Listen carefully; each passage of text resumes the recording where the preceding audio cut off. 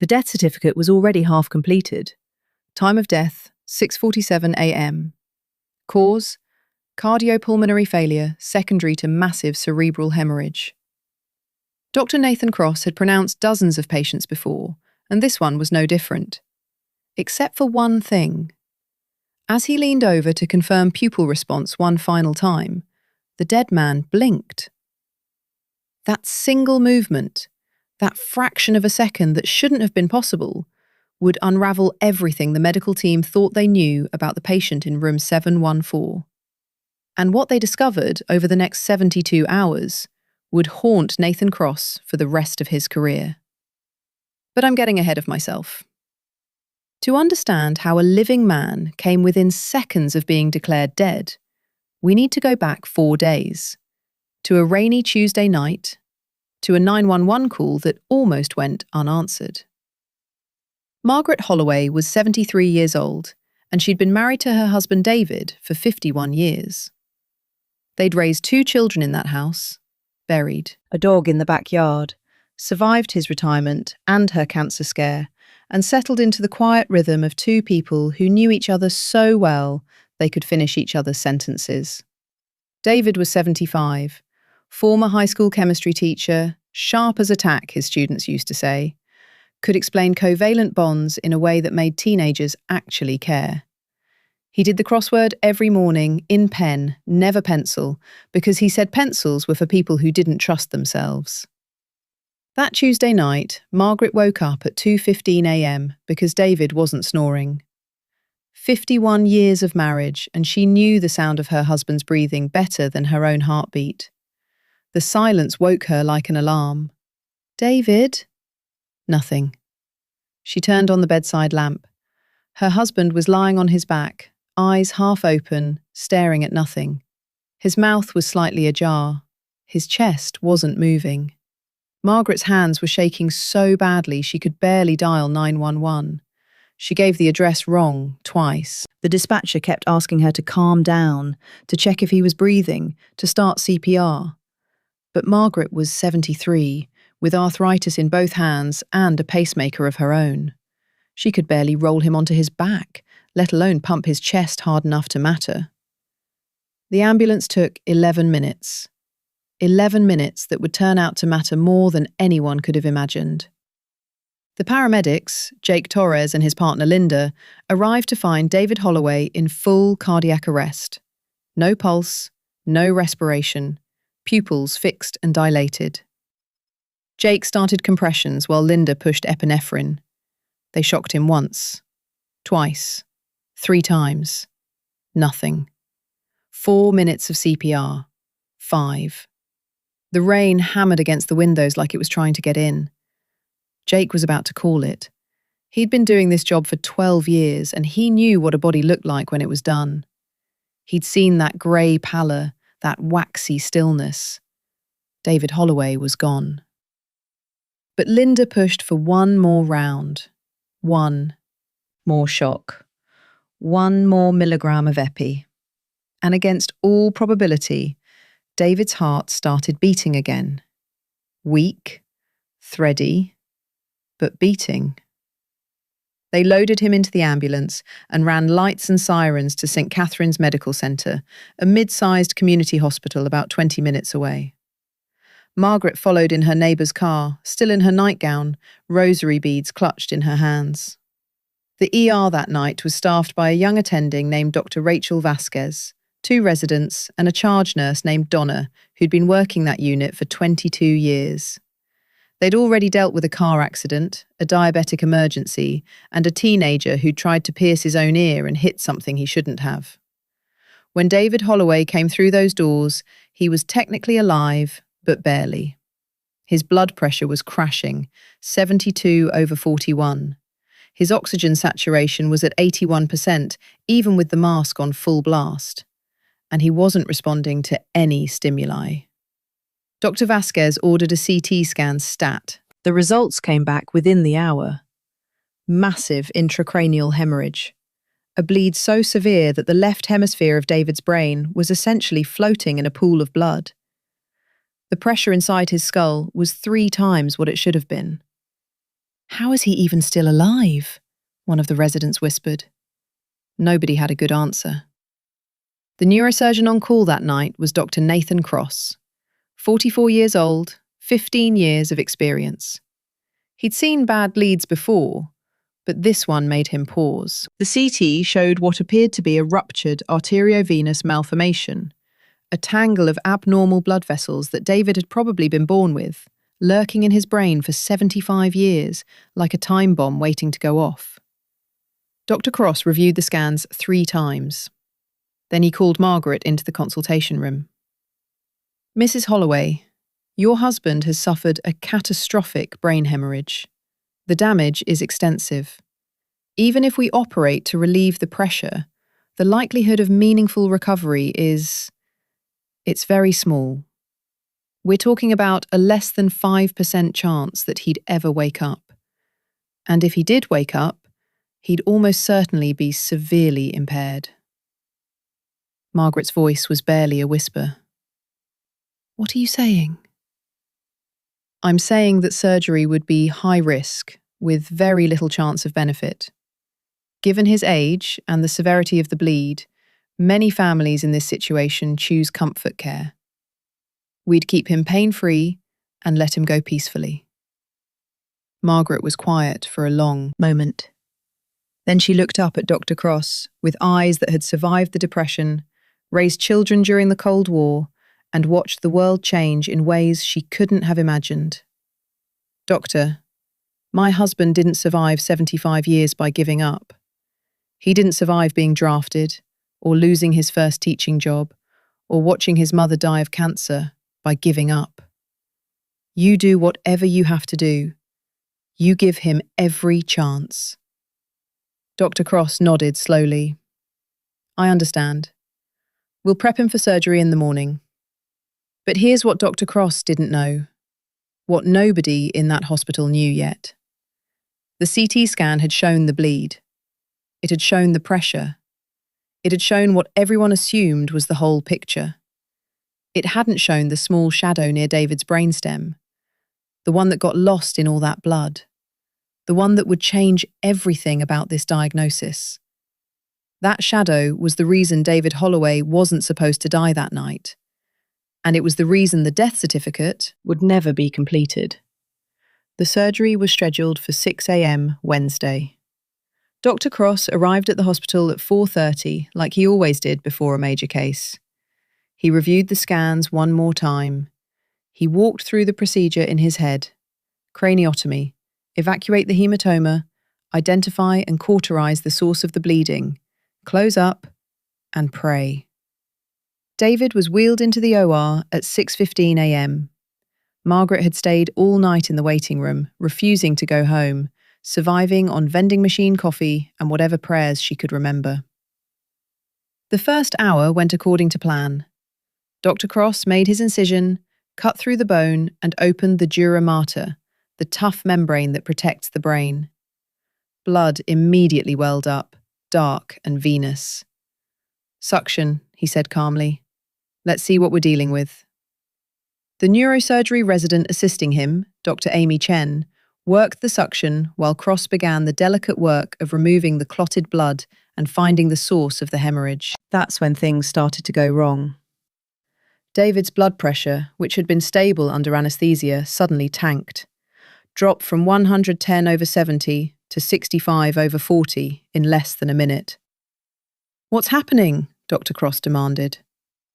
The anaesthesiologist, Dr. Paul Kim, was already pushing fluids and vasopressors. I don't know, he's crashing, no obvious cause. Then the heart rhythm went haywire. What had been a steady sinus rhythm became a chaotic mess of irregular beats, ventricular tachycardia, threatening to deteriorate into full cardiac arrest. Lidocaine, push it now, Dr. Kim ordered. For 30 seconds, everyone in that operating room held their breath. The monitors screamed. The rhythm jumped and stuttered. And then, almost as suddenly as it started, David's heart steadied. His pressure came back up. What the hell was that? The scrub nurse muttered. Nobody answered. Dr. Cross stared at his patient's exposed brain, and for the first time in his career, He felt something. Close to fear. Not because of the surgery, because something about this case didn't make sense. The next 2 hours were a nightmare of small catastrophes. David's oxygen levels dropped 3 separate times. His temperature spiked to 103 degrees, then fell to 95. At one point, his pupils, which they were monitoring through the drapes, went fixed and dilated for almost a full minute before responding again. Each time, Dr. Cross was certain they were going to lose him. Each time, David clawed his way back. "It's like he's fighting," Dr. Chen whispered during a brief moment of stability. "Like he knows he's not supposed to go yet." Dr. Cross didn't respond. He was too focused on what he was seeing in the surgical field. The arteriovenous malformation wasn't where it was supposed to be. According to the CT, the AVM should have been in the left frontal region. That's where all the blood had pooled. That's where the damage appeared worst. But as Cross carefully explored the area, he found nothing but healthy tissue and resolved hemorrhage. The bleed had come from somewhere else. He extended his exploration, moving deeper into the brain, following the trail of damage like a detective following blood spatter at a crime scene. What he found made him stop cold. "Amy, come look at this." Dr. Chen leaned in over his shoulder, peering through the surgical microscope. There, nestled against the brainstem, the structure that controls everything from breathing to heart rate to consciousness itself, was something that shouldn't exist. It wasn't an AVM. It wasn't a tumour, not exactly. It was something Dr. Cross had only seen twice before in his entire career, and both of those patients had died. A cavernous malformation. A tangled mass of abnormal blood vessels different from an AVM, more unpredictable and in the worst possible location, pressed right against the brainstem, millimetres away from the structures that kept David Holloway alive. And it was still bleeding, slowly, steadily, drip by drip. "We need to stop," Dr. Cross said. "What?" Dr. Chen's voice was sharp with surprise. "We can't leave him open." "I can't touch that." Cross's voice was flat. "It's wrapped around the brainstem. If I try to remove it, I'll kill him. If I try to cauterize it, I'll kill him. I nick one wrong vessel and he's gone. He'll stop breathing on the table." The OR went silent except for the steady beep of the monitors. "So what do we do?" the scrub nurse finally asked. Dr. Cross took a deep breath. "We close him up, we stabilize him, and we figure out our next move." The surgery ended at 11:47 a.m. David Holloway was transferred to the neurosurgical ICU, alive but critical. His prognosis had shifted from bad to worse. He now had 2 problems instead of 1, and the second problem was essentially inoperable. Dr. Cross found Margaret in the waiting room and delivered the news. He explained about the malformation, about its location, about why they couldn't remove it. "So you're saying there's nothing you can do?" "I'm saying that traditional surgery isn't an option. There may be other approaches, radiation treatment, embolization, but they're high risk. And honestly, Mrs. Holloway, given the damage he's already sustained, the question isn't whether we can stop the bleeding, it's whether there's enough of your husband left to come back." Margaret nodded slowly. "I want to see him." Now, before I tell you what happened over the next 48 hours, and trust me, what happened next is the part of this story that still keeps Dr. Cross up at night. If you're the kind of person who can't look away from stories like this, hit subscribe. I drop these every single day, and this one's just getting started. All right, so Margaret goes to see her husband. The ICU was quiet that afternoon. David lay motionless in his bed, connected to a ventilator that breathed for him, IV lines delivering medications to keep his blood pressure stable, a drain in his skull to release any additional fluid. Margaret sat beside him for hours, talking to him like he could hear, telling him about the weather, about the neighbour's new dog, about the crossword puzzle she'd tried to do that morning and couldn't finish because it was too hard without him. At some point around 4 p.m, she fell asleep in the chair, still holding his hand. That's when the nurse noticed something strange. Donna had been watching David's vitals from the nursing station, keeping one eye on him while she charted. His numbers had been stable all afternoon, blood pressure decent, heart rate steady, oxygen levels acceptable. Nothing remarkable. But then she saw something on the EEG monitor, the electroencephalogram that tracked his brain activity. It had been essentially flat since surgery, not quite brain dead, but close, the kind of minimal activity that suggested nobody was home. Now there were spikes, small ones, irregular, but definitely there. Donna walked over to the bed. She leaned down close to David's face. "Mr. Holloway, can you hear me?" Nothing. No movement, no response. She was about to walk away when she saw it. His finger. The index finger of his right hand. It moved. Just a twitch. Barely visible. But Donna had been doing this job for 22 years, and she knew the difference between a random muscle spasm and purposeful movement. "Mr. Holloway, if you can hear me, squeeze my hand." She slipped her fingers into his palm, and he squeezed. Oh my God. Margaret woke up. "What? What's happening?" "He squeezed my hand." Donna's voice was shaking. "He's in there. He's responding." They paged Dr. Cross immediately. He was skeptical when he arrived. After what he'd seen in surgery, he expected David to be vegetative at best. But when he performed his own neurological assessment, he found what Donna had found. David Holloway, against all medical probability, was showing signs of waking up. But here's where the story takes its darkest turn. And I need you to understand what was happening in that hospital that week to appreciate what came next. St. Catherine's Medical Centre was in crisis. Budget cuts had reduced staffing to dangerous levels. The neurosurgical ICU, which should have had one nurse for every 2 patients, was running with one nurse for every 4. The on-call neurology team was a single resident who was also covering 3 other floors. And Dr. Cross?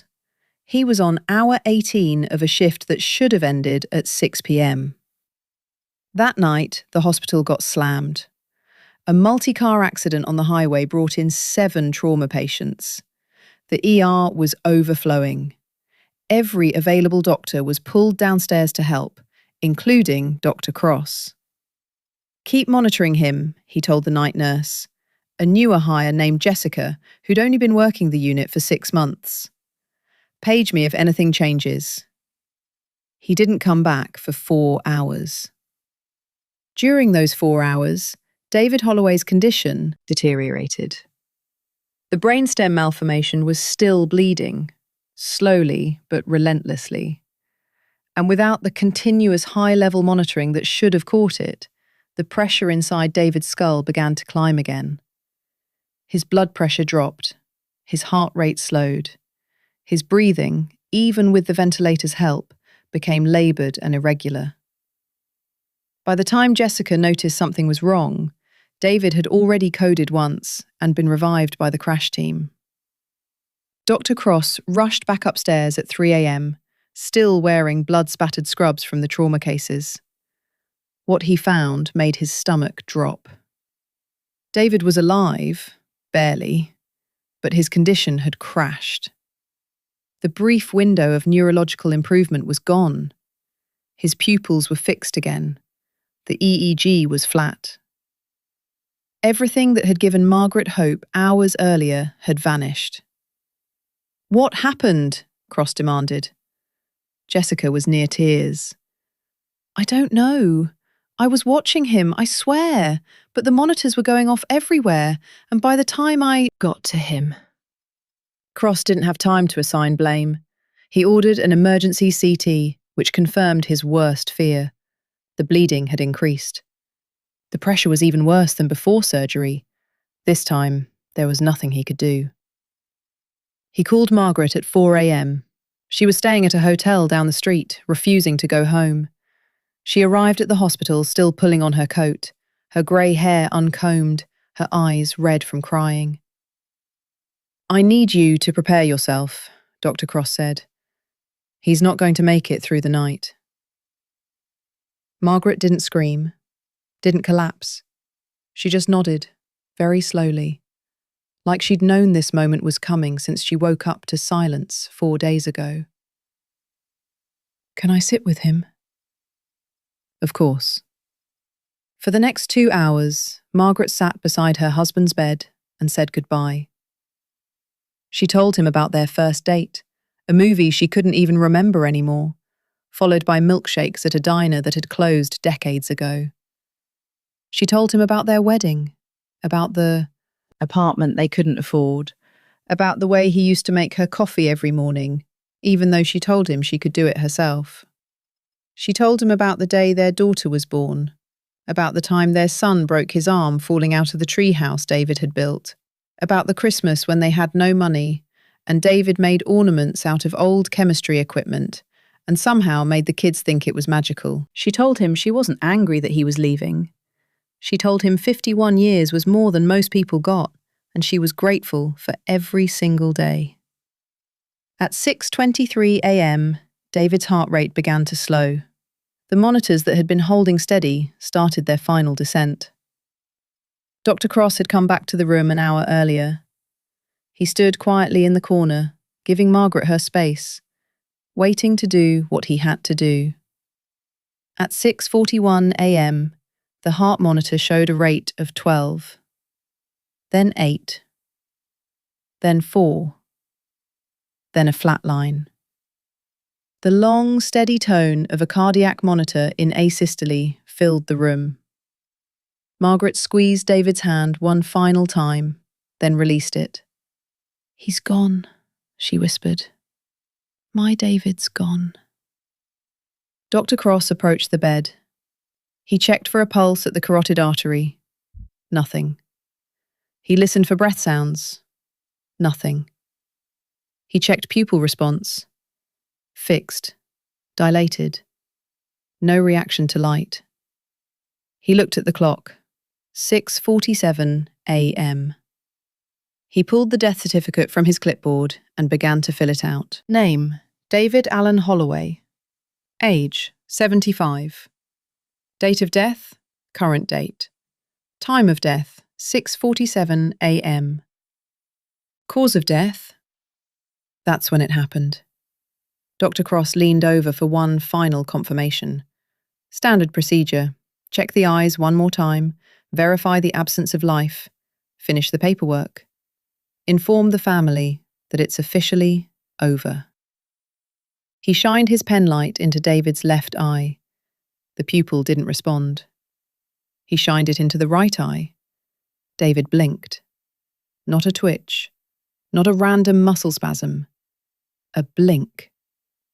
A deliberate, conscious, unmistakable blink. What the? Cross stumbled backward. Margaret's head snapped up. What? What is it? He blinked.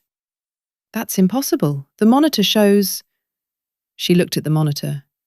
The flat line was still there. The long, steady tone was still sounding. But as they both watched, something extraordinary happened. The line blipped. Once. Twice. Then again. Within 30 seconds, David Holloway's heart had restarted on its own. His blood pressure, which had been unreadable, climbed to 80 over 50, then 90 over 60. His oxygen saturation, which had bottomed out, began to rise. Dr. Cross stood frozen, death certificate in one hand, penlight in the other, watching a dead man come back to life. Get neurology up here, now. And I want a stat CT and some one-page cardiology. Cross was barking orders, his hands shaking in a way they never had in surgery. What happened over the next several hours would be analysed, debated, and studied by every department in that hospital. David Holloway had experienced what's called Lazarus syndrome, the spontaneous return of circulation after failed resuscitation. It's rare, incredibly rare. Most documented cases occur within 10 minutes of stopping CPR, not after a prolonged period of apparent death. But that wasn't the most remarkable part. The new CT scan showed something impossible. The brainstem malformation, the inoperable tangle of blood vessels that had been slowly killing David, was smaller, significantly smaller, as though the episode of cardiac arrest had somehow caused the abnormal vessels to collapse or clot spontaneously. "I've never seen anything like this," Dr. Cross muttered. "This doesn't happen." But it had happened, and it wasn't done yet. Over the next 48 hours, David Holloway did something that violated every neurological principle Dr. Cross had ever learned. He woke up. Not vegetative, not minimally conscious, not severely impaired. He woke up. His first word was Margaret's name. His second was water. His third was a 4-letter word that made the nurse blush and made Margaret laugh for the first time in a week. 3 days after he should have died, David Holloway was sitting up in bed and asking for the crossword puzzle. Dr. Cross visited him every day, ostensibly for medical follow-up, but really because he couldn't stop staring at the man who'd rewritten everything Cross thought he knew about the brain, about death, about the limits of human survival. "How do you feel?" Cross asked during one visit. David considered the question. "Like I went somewhere," he said finally. "Somewhere quiet. Somewhere I didn't want to leave. But something pulled me back."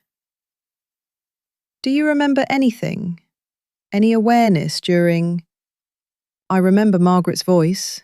David's eyes got distant. "I remember her telling me about our first date, about the milkshakes. I'd forgotten about those milkshakes." He paused. "I couldn't leave her alone. I wasn't done yet." Now here's what nobody outside that hospital ever learned. The part that Dr. Cross still thinks about at 3 a.m. when he can't sleep. During the investigation into how David's condition had deteriorated so severely that night, they reviewed the monitoring data. Every alarm, every vital sign, every intervention, all of it was logged. And what they found was that David's cardiac arrest, the one that should have killed him, had lasted exactly 7 minutes. 7 minutes without a heartbeat. 7 minutes without oxygen to the brain.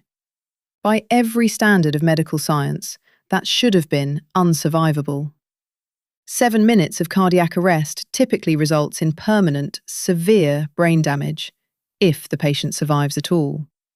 Most victims who are resuscitated after that long spend the rest of their lives in a vegetative state.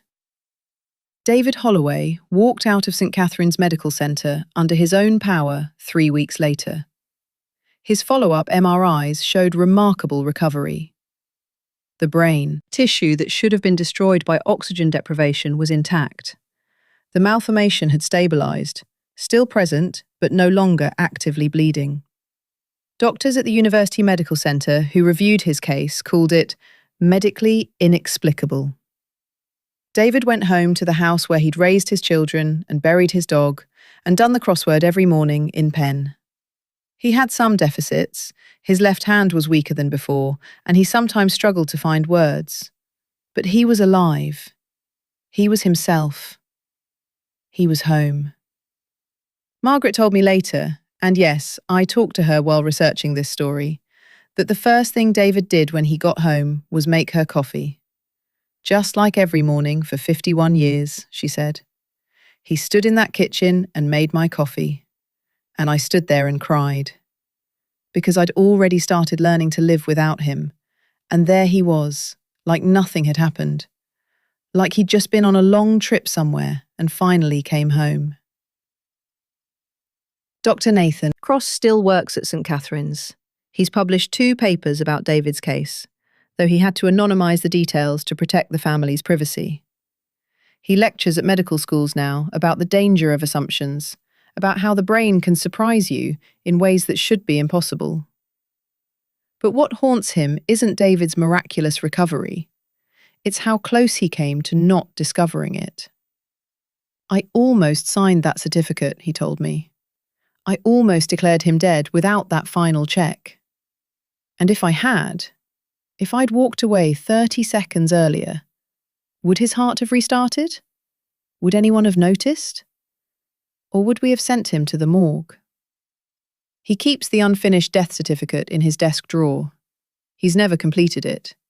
He probably never will. "It reminds me," he said, "every single patient, every single time. You check until you're absolutely certain, and then you check again, because you might be wrong. And being wrong means someone like David never gets to make his wife coffee again." David Holloway lived another 6 years after that night. He finished thousands of crossword puzzles. He watched his granddaughter graduate from college. He danced at his son's 50th birthday party, slowly and carefully, but he danced. When he finally died, peacefully in his sleep, holding Margaret's hand, he was 81 years old. And this time, there was no coming back. But here's the thing about those extra 6 years. They almost didn't happen. They almost didn't happen because of a shadow on a scan that got missed, because of a hospital that was understaffed, and a night that was overwhelmed, and a doctor who was too exhausted to stay at the bedside. They almost didn't happen because of a death certificate that was 90% complete. They only happened because of a blink. One blink.